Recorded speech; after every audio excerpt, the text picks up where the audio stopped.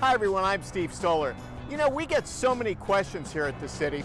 One resident wanted to know why some roads are fully replaced while others are only rehabbed.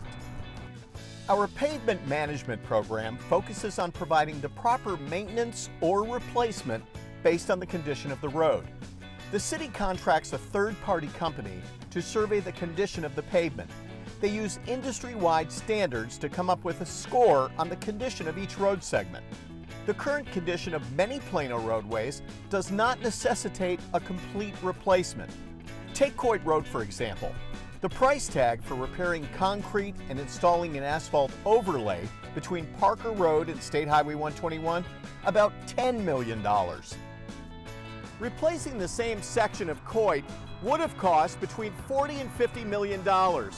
By making only necessary repairs, the city is saving your tax dollars.